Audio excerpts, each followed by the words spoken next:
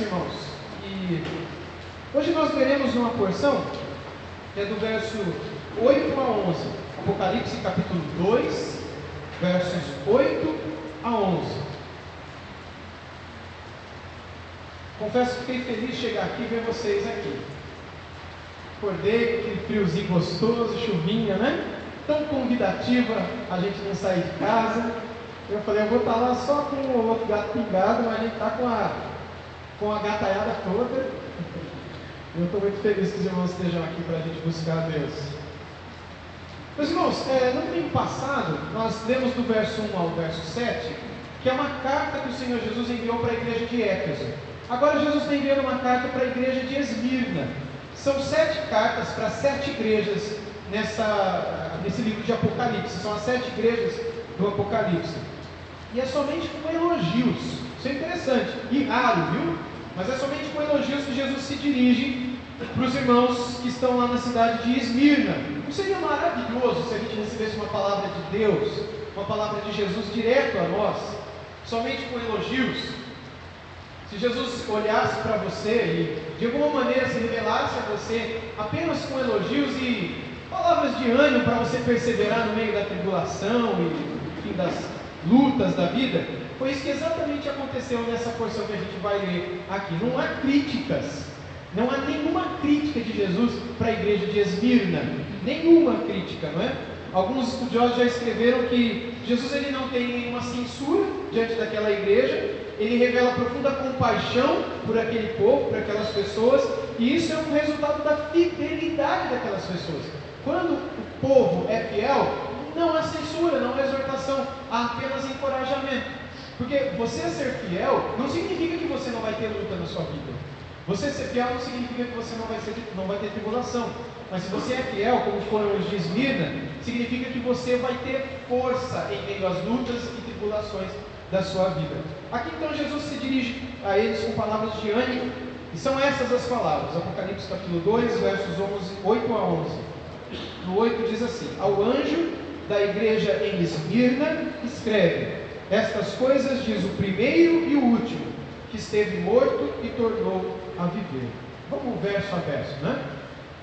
Eu sou aquele que é o primeiro e o último, o que estava morto e tornou a viver. Ou seja, quem está falando? É Jesus. É óbvio que quando os irmãos lá na cidade de Esmirna receberam a cartinha, eles já sabiam de quem estava se tratando. Eles sabiam que era Jesus Cristo. Esmirna, gente, era uma cidade muito importante dentro do Império Romano. E era uma cidade localizada à beira-mar, num porto dentro do mar Egeu. Se vocês tentarem lembrar do mapa, eu não consegui essa semana, muito corrida, preparar os slides, mas eu vou fazer isso na semana que vem, mostrando o mapinha, que é para outra igreja, e Esmirna está pertinho. Mas se vocês lembram do mapa do mundo, tem ali a Itália, que é aquela bota, né, na Europa, no mar Mediterrâneo. Olhando para o mapa assim, do lado direito você tem a Grécia, e do lado um pouquinho mais direito a Turquia. E entre a Grécia e a Turquia, um mar. Forma um U de ponta cabeça assim, que é onde ficam as famosas ilhas gregas, né? Esse mar se chama Mar Egeu.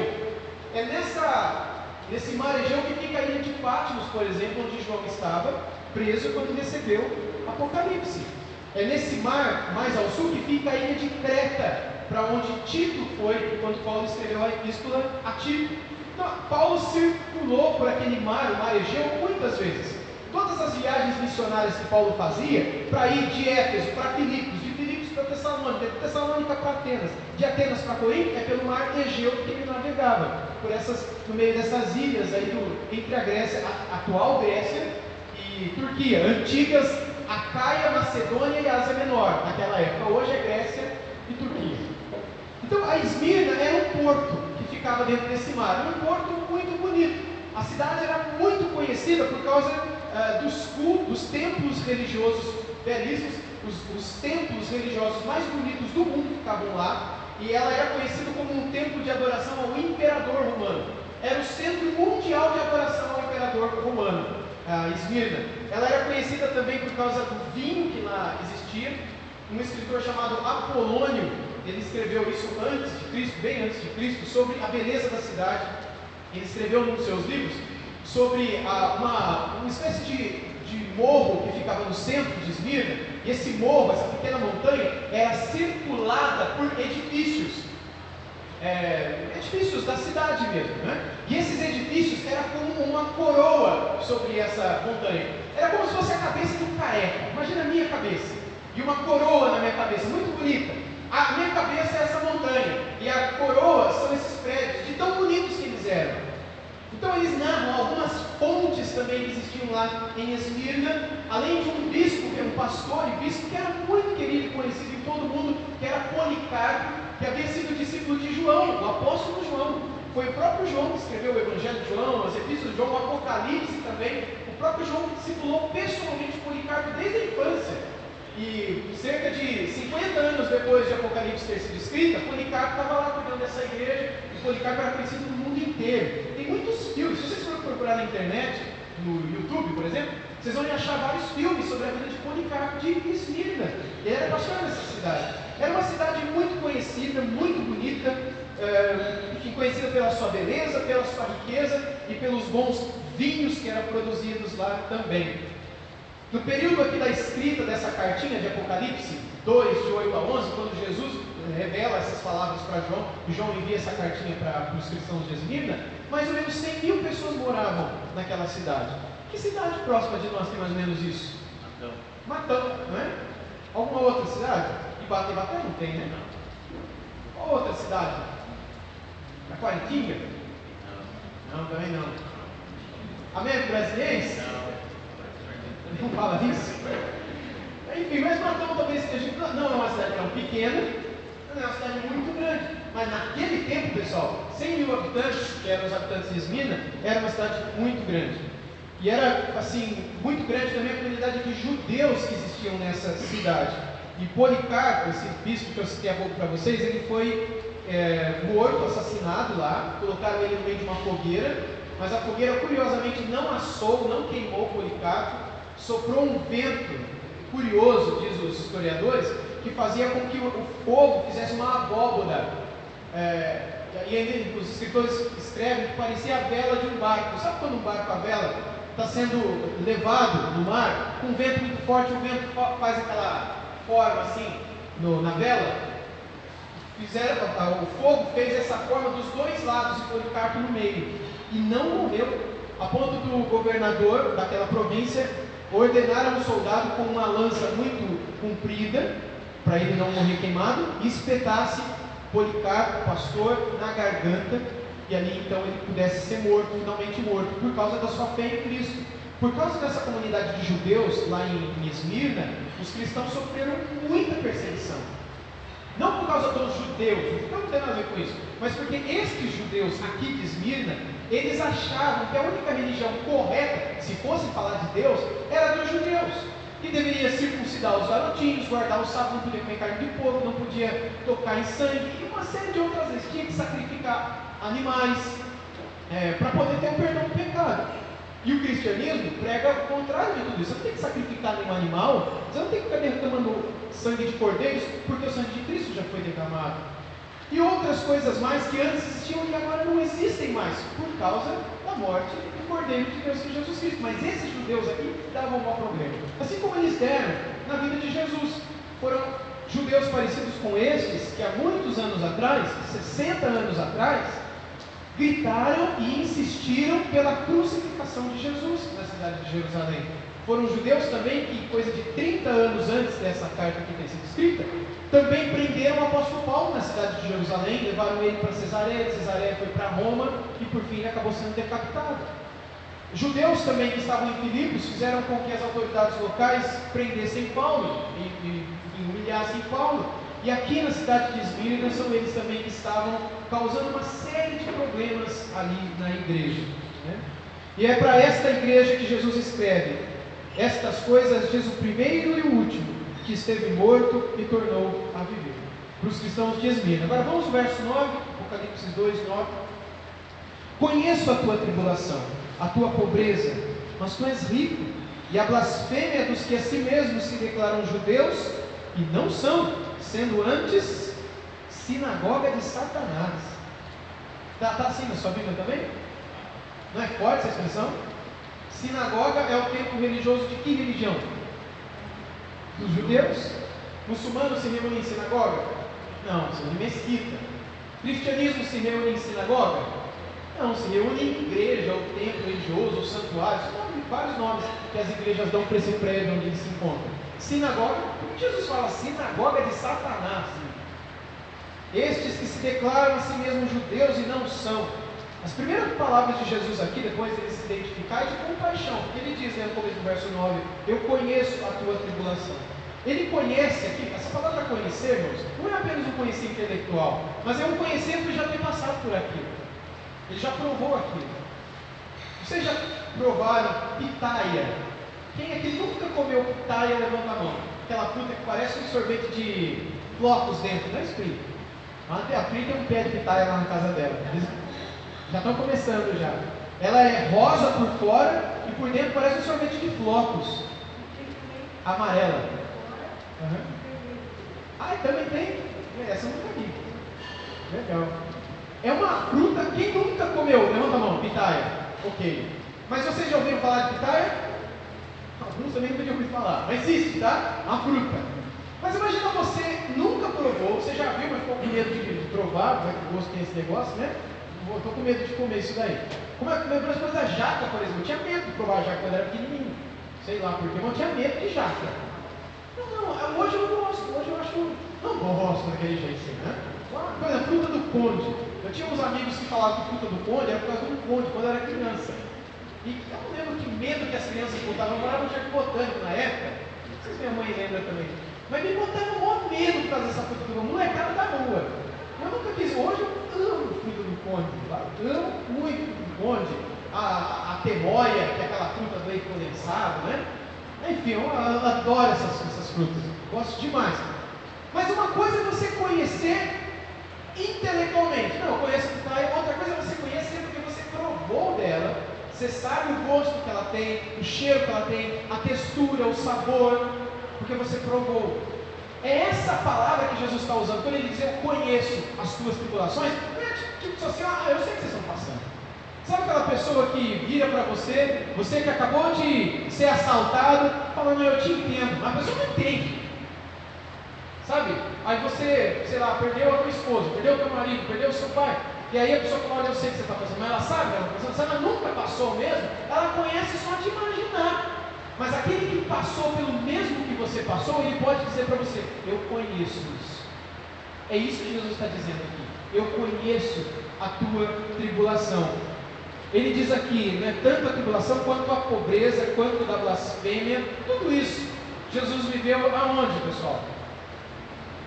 Na cruz do Calvário.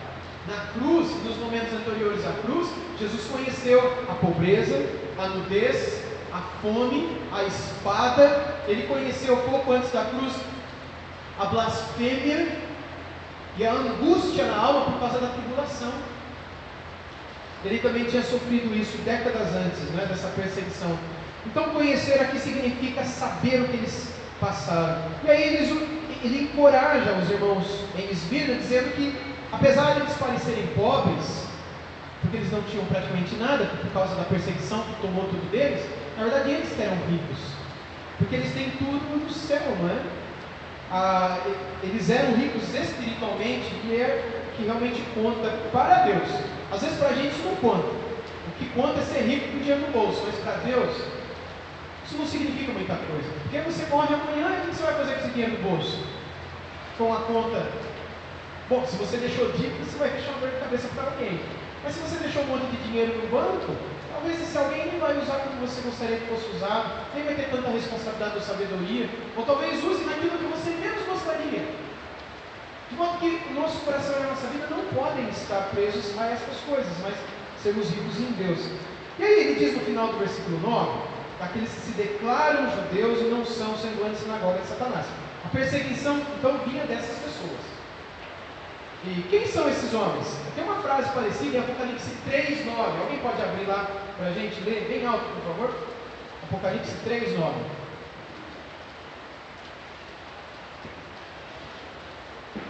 Eis que eu farei aos da sinagoga de Satanás, aos que se dizem judeus e não são, mas mentem, Eis que eu farei que venham e adorem prostrados a teus pés, e saibam que eu te amo. Isso. Mais uma vez, Jesus chama alguns que dizem que são judeus, mas não são, e chama eles de sinagoga de Satanás. Isso é interessante também. Quem é de fato judeu? Né? Esses homens aqui, eles se consideravam judeus no sentido de que eles se consideravam melhores do que os outros. E é muito interessante essa palavra de Jesus, tanto em Apocalipse 3:9 quanto em Apocalipse 2:9 também. 2:9 que é o texto que a gente leu agora, e 3:9 também, que é o texto que ele deu para a gente. Jesus explica que judeu, aos olhos de Deus, não é aquele que nasce dentro de uma tradição judaica, né, de uma etnia judaica, de um povo judeu. Mas judeus, aos olhos de Deus, é outra coisa. Isso é muito interessante. Muito interessante. Se você puder abrir sua Bíblia comigo, vamos ler 3 trechos da Bíblia. O primeiro está em Romanos 2. Romanos 2. O segundo está em Gálatas 3. E o último está em Gálatas 6. Romanos 2, 28 e 29. Interessante que Jesus ele diz algumas vezes, ele diz isso também nos evangelhos, que muitos que se consideram judeus, aos olhos de Deus, não são judeus de verdade, né? Eles são todos menos judeus aos olhos de Deus. Lembrando que o povo judeu é o povo de Deus. O que significa isso? É isso que você quer dizer? O povo judeu é o povo que foi criado por Deus. Então não é só uma raça, uma etnia, melhor dizendo, porque raça não tem mais do que uma. Essa semana veio no questionário das crianças da escola, né? Para a gente preencher qual é a raça do Natan. Aí eu falei para a Rosana, coloca aí humana. Você tem outra raça além da humana? Não tem raça branca, raça lisa, não é raça, é outra coisa. Mas é interessante que um questionário escolar, de uma psicóloga lá na escola, para preencher alguns dados das crianças, todas as crianças os pais estão preenchendo, né? Eu falei, coloca humana, eu quero ver o que eles vão dizer. Se tem alguma outra raça, me digam, porque não tem. É um vício de linguagem. A raça japonesa, não tem raça japonesa, tem, né? Tem o povo japonês, a etnia japonesa, mas raça é humana, é uma raça só. Então, a etnia judaica é uma etnia criada pelo próprio Deus. Deus chamou Abraão e de Abraão Deus fez um povo. Ele não fez isso com outro, e esse povo é o famoso povo judeu. Mas é interessante que para Deus, o judeu não é só aquele que o é na carne, mas é aquele que o é do coração e na alma. A gente vai ler isso agora. Romanos 2, 28 e 29. Esse verso diz assim: porque não é judeu quem o é apenas exteriormente, nem é circuncisão a que é somente na carne. Porém, judeu é aquele que o é interiormente, e circuncisão a que é do coração, no espírito, não segundo a letra, e cujo louvor não procede dos homens, mas de Deus. É tudo que eu disse há pouco.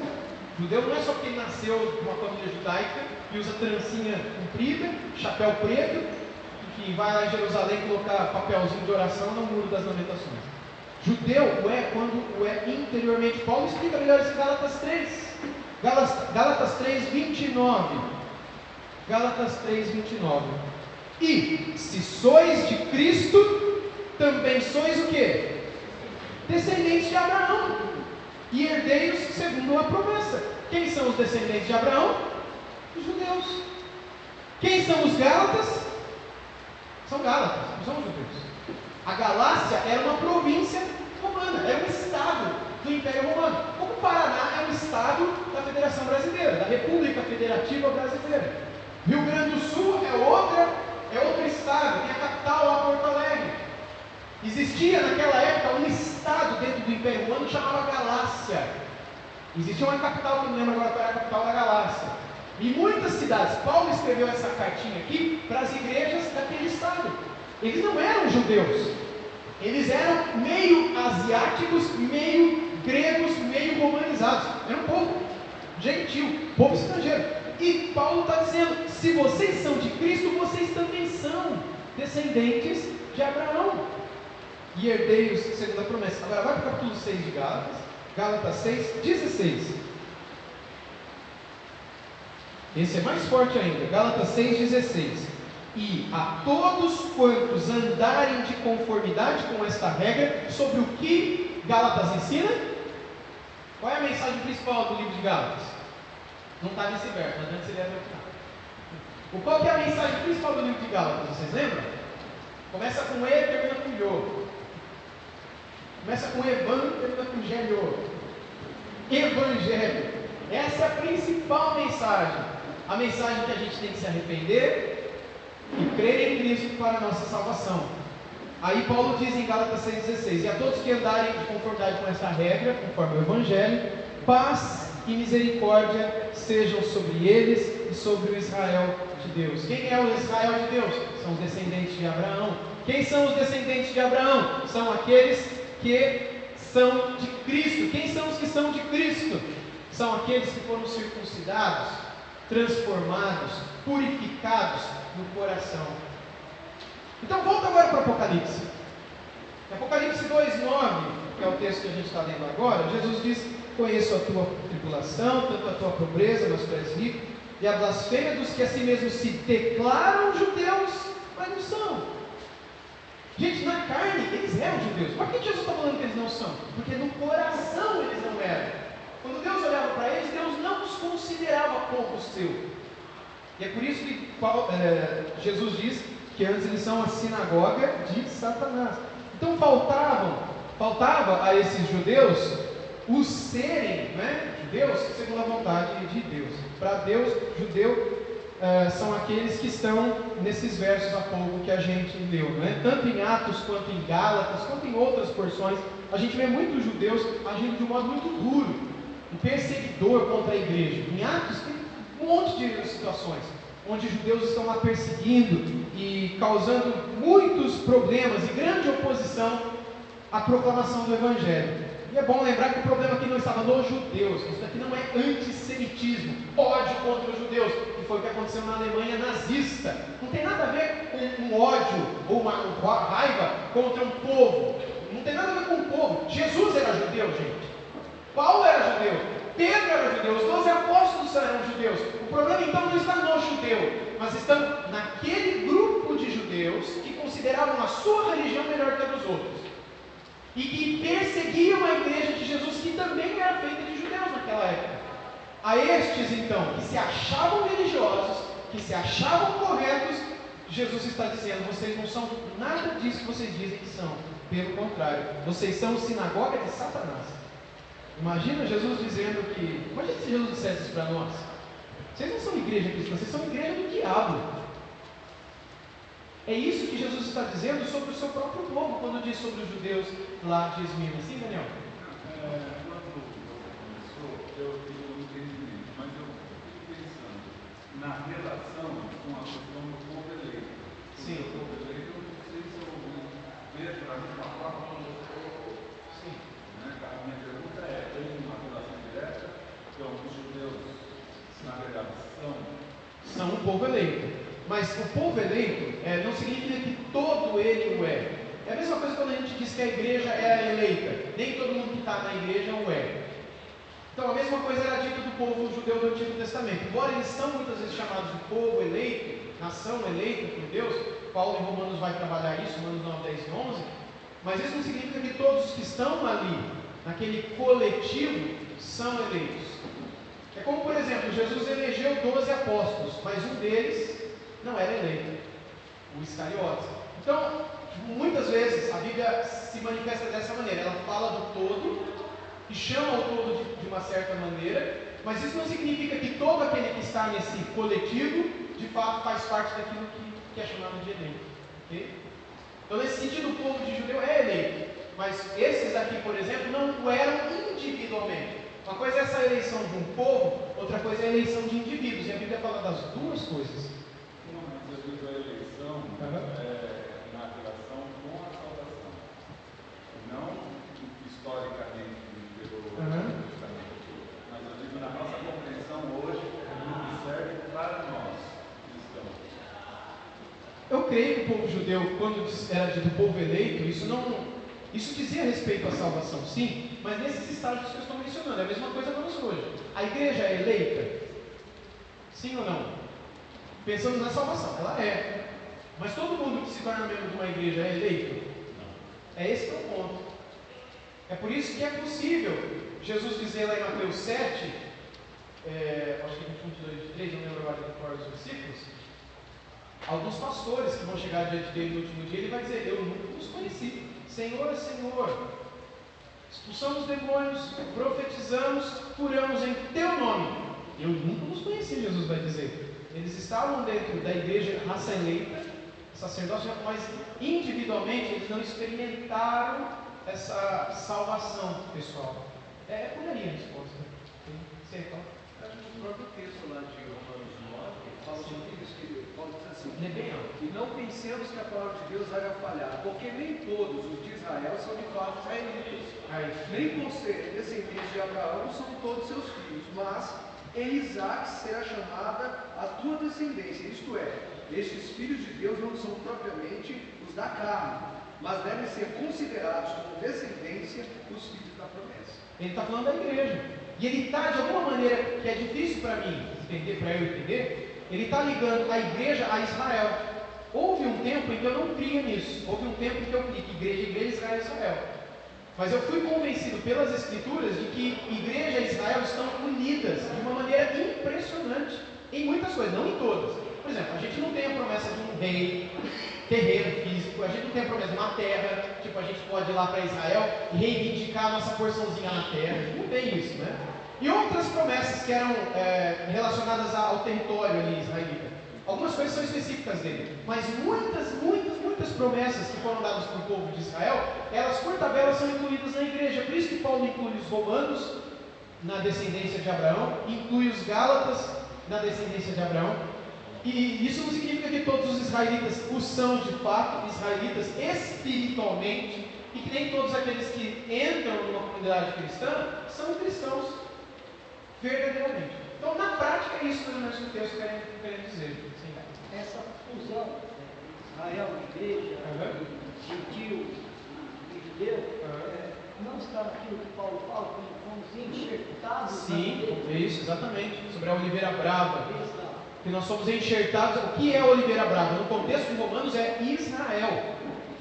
Ela é a oliveira, não é nem Jesus ali. É Israel, que é o local da vida, da promessa, o lugar da promessa, né?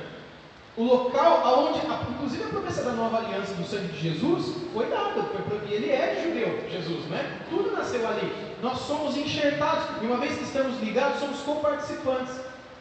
Agora, há limites nisso, e aí é a teologia, o estudo da teologia que vai mostrar aonde estão os limites dessas promessas, aquilo que é para os judeus, aquilo que é para a gente, né? E há limites, há coisas que é só para o judeu mesmo, e há muitas outras coisas que são para eles e para nós. De modo que hoje eu posso dizer com tranquilidade que havia uma igreja no Antigo Testamento. Os salvos do Antigo Testamento eram irmãos nossos na fé. Eu posso dizer com tranquilidade que os que foram salvos no Antigo Testamento foram salvos pela fé, por causa da graça de Deus também, não porque foram obedientes à lei, mas foi pela graça também no Antigo Testamento. Abraão é o pai do quê? Da lei? É o pai da fé. Ele foi justificado, disse Paulo aos Gálatas, se não me falha a memória, e eu já não estou falhando. Se não me engano, foi aos Gálatas que Paulo escreveu que Abraão foi justificado porque ele creu. Não foi porque ele foi sacrificar um cordeiro, não foi porque ele se circuncidou e circuncidou o seu filho Isaac, mas porque ele acreditou, porque ele teve fé. É pela graça do Senhor que no Antigo e no Novo pessoas são salvas, graças a Jesus Cristo. No Antigo Testamento, porque elas olhavam para o futuro com a esperança de que Jesus viria, o Messias viria, e elas eram salvas por isso. Hoje a gente é salvo porque a gente olha para trás, e a gente olha, o Messias já veio, e a gente crê no Messias e entrega a nossa vida a Ele. Mas o Messias, Ele é o ápice dessa história da salvação, e todos, no Antigo e no Novo Testamento, quando olham para Ele, recebem redenção. Ok? Muito bem. Vamos continuar então? Abre a sua Bíblia lá em João 8,44. Eu gostaria de ler mais esse texto. Porque ali Jesus disse para os próprios judeus, quando Jesus estava em carne, que eles eram do diabo. Jesus era macho, gente. Eu não sei se eu teria essa coragem, não. Aqui, aos de Esmirna, ele diz que havia uma sinagoga de Satanás lá na cidade de Esmirna. Agora em João 8,44, olha o que ele disse para os fariseus: vós sois do diabo, que é o vosso pai. E os fariseus diziam que eles tinham por pai Abraão. Aquele de Jesus, não, vós sois do diabo, que é vosso pai, e quereis satisfazer os desejos. Ele foi homicida desde o princípio. É bom lembrar, parênteses, que os fariseus estavam querendo matar Jesus, e Jesus está falando, ele é que foi homicida desde o princípio, e jamais se firmou na verdade, porque nele não há verdade. Quando profere mentira, fala do que lhe é próprio, porque é mentiroso e pai da mentira. E é o diabo, meus irmãos, é Satanás quem cria calúnias entre os cristãos, e quem dá energia e vigor para aqueles que perseguem os cristãos. E era Satanás que estava dando energia para aqueles judeus lá em Esmirna perseguirem os cristãos, a igreja de Esmirna, para a qual Jesus está dizendo, eu conheço a vossa tribulação, a vossa pobreza, mas na verdade vocês são ricos. E aí Jesus fala desses homens aqui, desses judeus que estavam perseguindo. Agora o verso 10, Apocalipse 2:10. Nós vamos até o verso 11.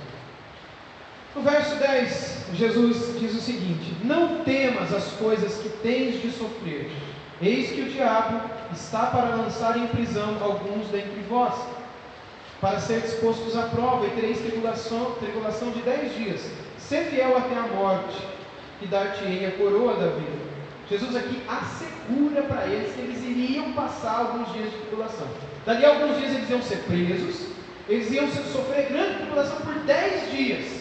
E debaixo dessa tribulação, debaixo dessa perseguição, é natural que as pessoas pensem em desistir. Quando você e eu passamos por alguma situação difícil, o que a gente pensa? Eu não vou orar não, eu não vou na igreja, eu não vou buscar Deus. Se Deus estivesse comigo, Ele não deixava eu passar por essa tribulação na minha vida, Ele não deixava eu ficar doente, Ele não deixava eu perder o emprego, Ele não deixava isso, Ele não deixava aquilo. É natural que debaixo de tribulação a gente fique com medo, a gente fique com dúvida, a gente fique frustrado e desanimado. E é por isso que Jesus está dizendo, não temas, no início do verso 10, o que tens de sofrer. O diabo está para lançar em prisão alguns dentre vós. O próprio Jesus chegou a orar, não é? Para que o Pai passasse dele mesmo o cálice de sofrimento. Não fez isso?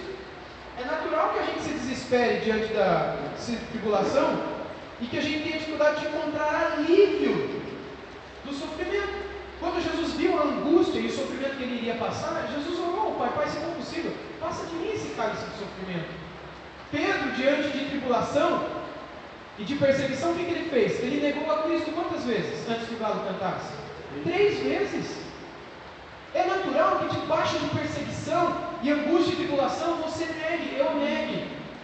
É natural que a gente tenha dúvidas e que a gente caia.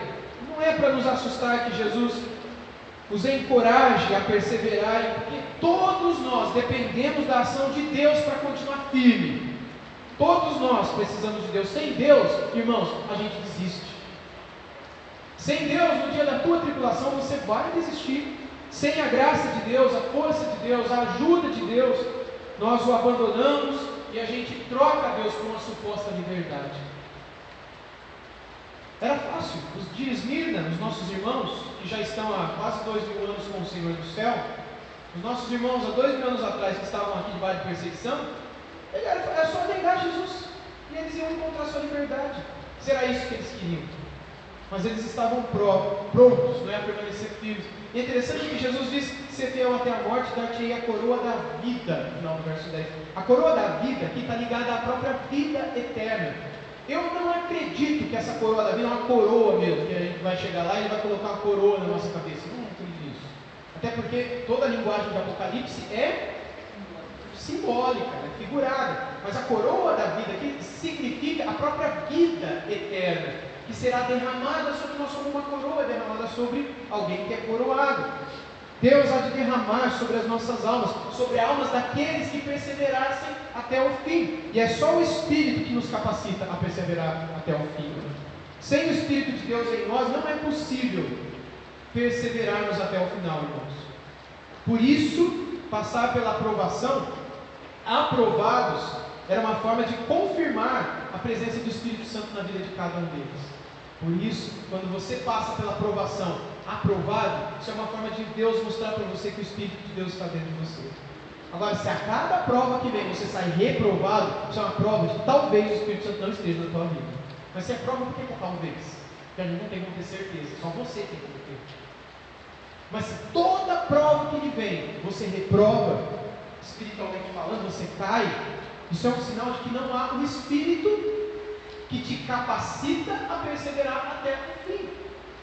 Jesus está fazendo o que aqui para os irmãos em Esmirna? Jesus está encorajando eles.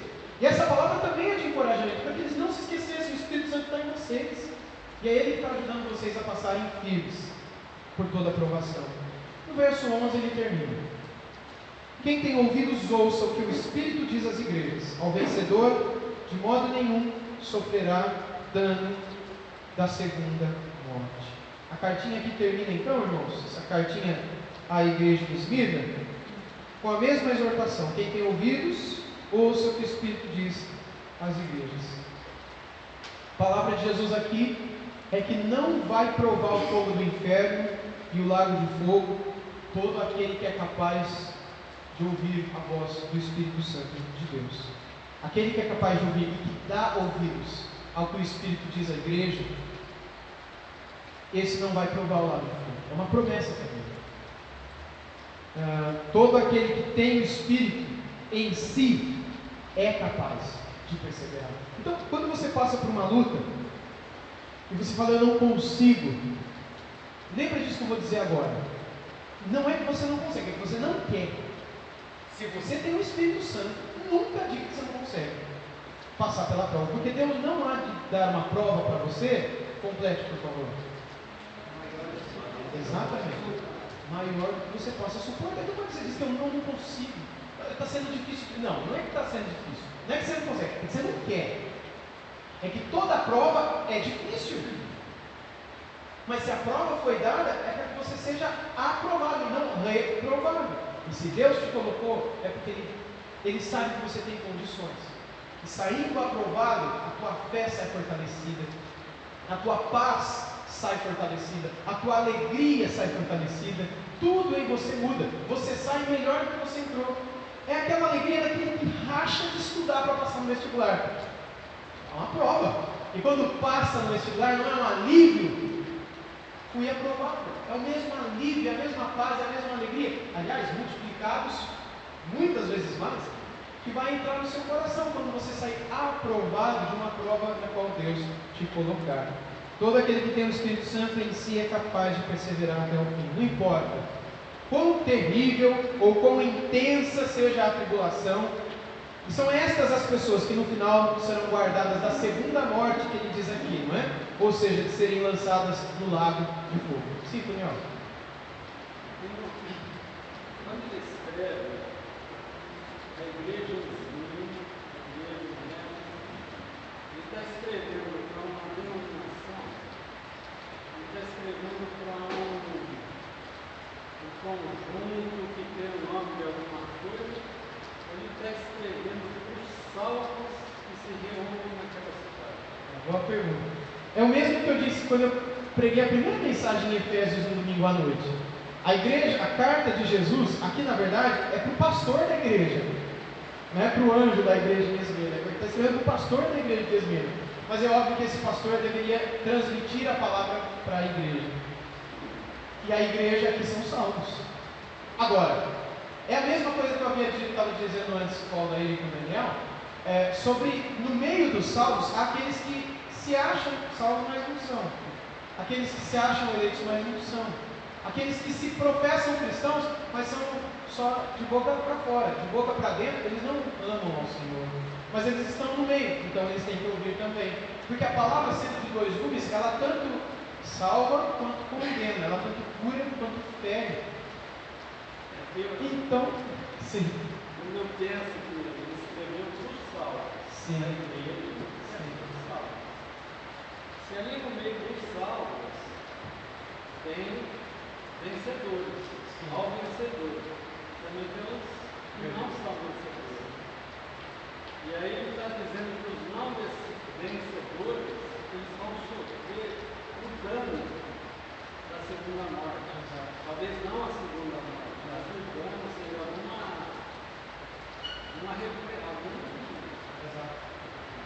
Vocês sabem o que é a segunda morte? Vamos olhar lá em Apocalipse 20? Apocalipse 20, verso 14. Alguém lá atrás que encontrar, leia em voz bem alta para a gente, por favor.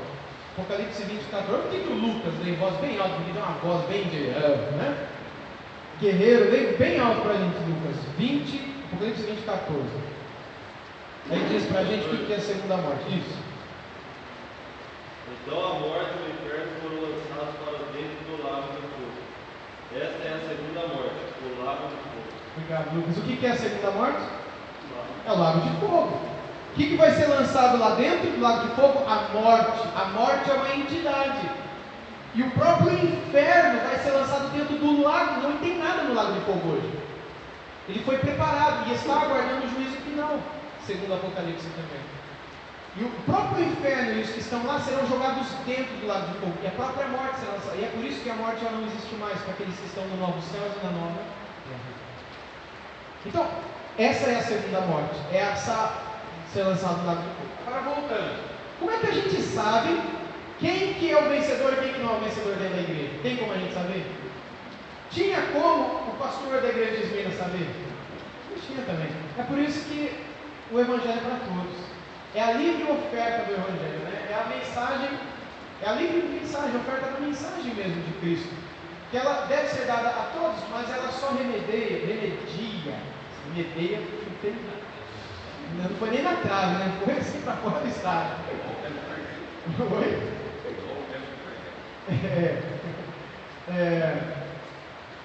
Agora me perdi. Remedia o que remedia? Completa a minha frase. A palavra de Jesus, o que eu quero dizer é o seguinte: a palavra de Jesus, sempre quando ela é dada, para quem quer que seja, quando ela encontra os salvos, ela cura, ela traz remédio, ela é uma espécie de alento e também aquecimento, digamos assim, de vida mesmo brotando dentro de nós. Mas por outro lado, ela também é um juízo sobre aquela pessoa, porque ela ouviu e ela não pode dizer que ela não sabia, né? Esse é outro ponto que eu não vou entrar aqui agora, mas é interessante que em vários lugares do Novo Testamento o Senhor disse que haverá pesos diferentes de juízo. Eu não entendo isso direito, mas que há pesos diferentes, sabe? Paulo em Romanos explica isso muito bem. Assim como haverá pesos diferentes de recompensa para os salvos. Vocês lembram dos galardões, que a gente também não sabe direito o que é isso? Mas haverá pesos diferentes para os salvos lá. Uns vão receber mais, outros vão receber menos. Depois a gente diz: o importante é estar lá, não precisa receber nada, né? Essa pessoa aí, Jesus diz que ela está em perigo, viu? Ela está muito. Equivale àquele lá que ganhou um talento do Senhor, escondeu na terra e não multiplicou. É preguiçoso, negligente e irresponsável. É bom você nem ter muita certeza de que você vai, né?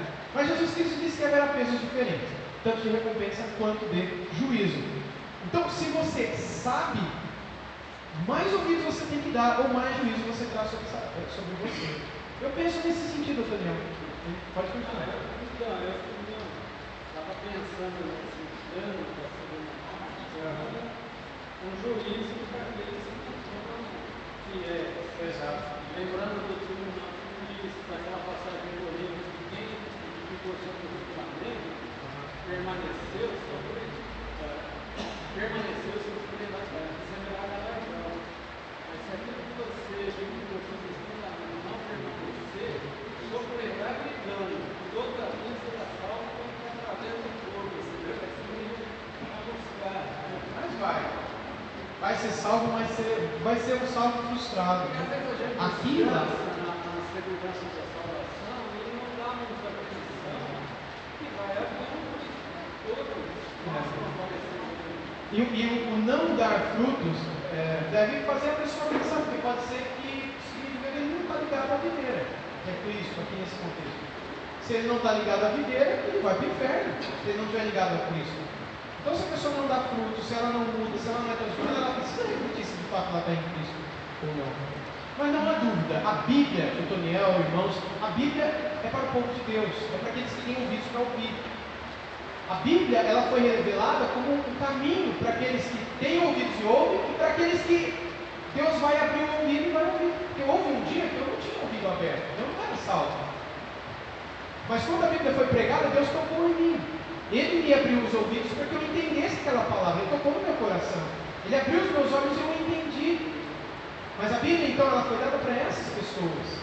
Mas na hora de ser dada, de ser pregada, ela deve ser livremente oferecida, porque ela é espada de dois gumes, né? Ela tanto salva quanto condena. E aqueles que têm o Espírito têm ouvidos. E o que é que o Espírito está dizendo para as igrejas nessa porção? Para a gente encerrar. O que o Espírito está ensinando para nós nessa porção? O ponto interessante é que não há críticas. Existe alguma crítica aqui para a igreja de Esmirna? Alguma crítica? Nenhuma. Apenas elogio, né? Dizendo para eles coisas muito boas e animando eles, né? Dizendo, eu conheço a tua perseverança, permaneçam firmes, sejam fiéis até o final. O que a gente aprende com isso?